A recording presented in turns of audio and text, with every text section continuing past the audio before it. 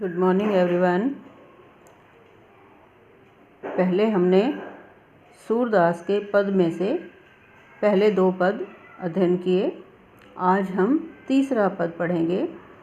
पहले पद के अनुसार हमने पढ़ा कि जब उद्धव कृष्ण का योग संदेश लेकर गोपियों के पास जाते हैं तो गोपियाँ उनसे कहती हैं कि हम तो केवल कृष्ण को ही जानती हैं, उनकी ही भक्ति करती हैं, उनके अलावा हम किसी को नहीं जानती।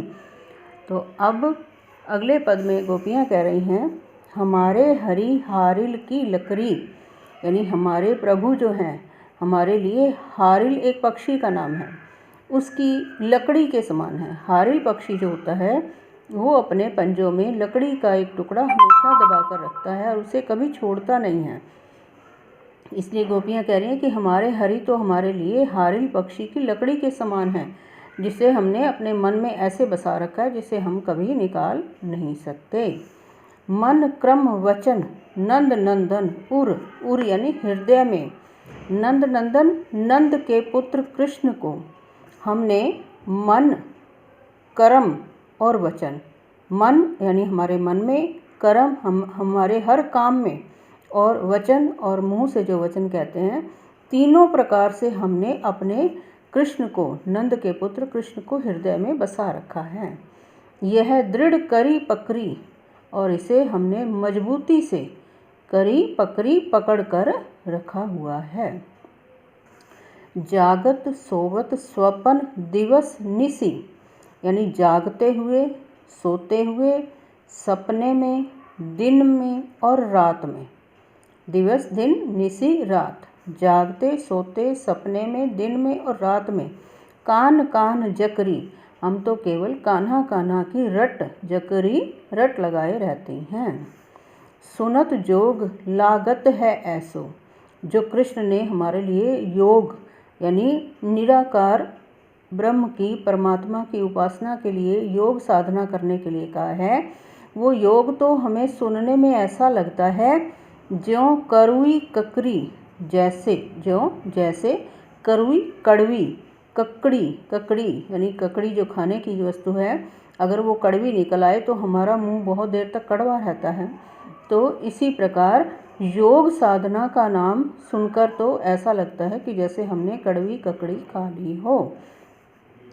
सूं तो व्याधि हमको ले आए, सूं आप, तो व्याधि बीमारी, हमको ले आए, हमारे लिए आप तो हम एक बीमारी लेकर के आ गए हो। देखी सुनी ना करी, जिसे हमने आज तक ना तो देखा है, ना इसके बारे में कभी सुना है और ना ही इसको कभी भोगा है, यानी ये बीमारी कभी किसी को लगी ही नहीं, क्योंकि योग साधना तो हमारे बस का है ही नहीं। हम तो केवल कृष्ण की भक्ति करना ही जानती हैं। यह तो सूर तिन्हीं ले सौंपो, सूरदास जी लिखते हैं कि गोपियाँ कहती हैं कि अरे उद्धव, ये बीमारी तो तिन्हीं उन लोगों को ले सौंपो, ले जाकर सौंप दो, जिनके मन चक्री, जिन लोगों के मन चक्कर की तरह घूमते रहते हैं, यानी कभी किसी धर्म पर कभी किसी इष्ट पर भटकते रहते हैं, जिनका मन स्थिर नहीं रहता, उन लोगों को ले जा कर के ये बीमारी दे दो। इस प्रकार गोपियाँ कहती हैं कि हमने तो मन कर्म और वचन दिन रात जो है केवल कान्हा कान्हा को ही रटा है, उसको ही हम याद करती हैं। हम जो है ये योग साधना को नहीं अपना सकती हैं।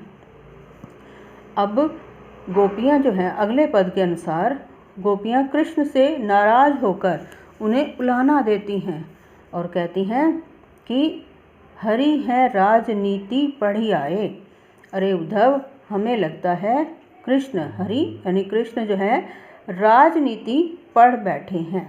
राजनीति शास्त्र यानी कि जिसमें हर तरह का हेर फेर होता है, ऐसा शास्त्र, राजनीति शास्त्र उन्होंने पढ़ लिया है। समझी बात कहत मधुकर के, मधुकर भंवरे को कहते हैं, और यहाँ पर उन्होंने मधुकर उद्धव को कहा है, जो भंवरा जगह जगह फूलों का रस चूसता रहता है, उससे उद्धव की तुलना करते हुए कहा है कि हमने मधुकर की बात यानी इस भंवरे की बात जो है अच्छे से समझ ली है। समाचार सब पाए और जो कृष्ण ने हमारे लिए समाचार भेजा है वो भी हमने प्राप्त कर लिया है। इक अति चतुर हुते पहले ही।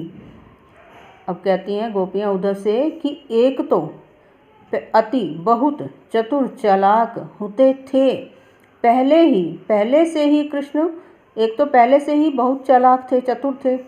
अब गुरु ग्रंथ पढ़ाए, अब ना जाने किस गुरु ने उन्हें ये ऐसा राजनीति का ग्रंथ पढ़ा दिया है कि अब उन्हें और भी चालाकी आ गई है। बढ़ी बुद्धि जानी जो उनकी, अब हमें लगता है जानी जो हमें लगता है कि उनकी बुद्धि जो है, अब उनका दिमाग और तेज चलने लग गया है कि योग संदेश पठाए, कि उन्होंने हमारे लिए योग का संदेशा भेज दिया है। अब वो ऊधो को ताना मार रही हैं, कहती हैं कि ऊधो भले लोग आगे के, कि आगे के यानी पहले समय में जो लोग होते थे वो बड़े भले होते थे, बहुत भलाई करने वाले होते थे।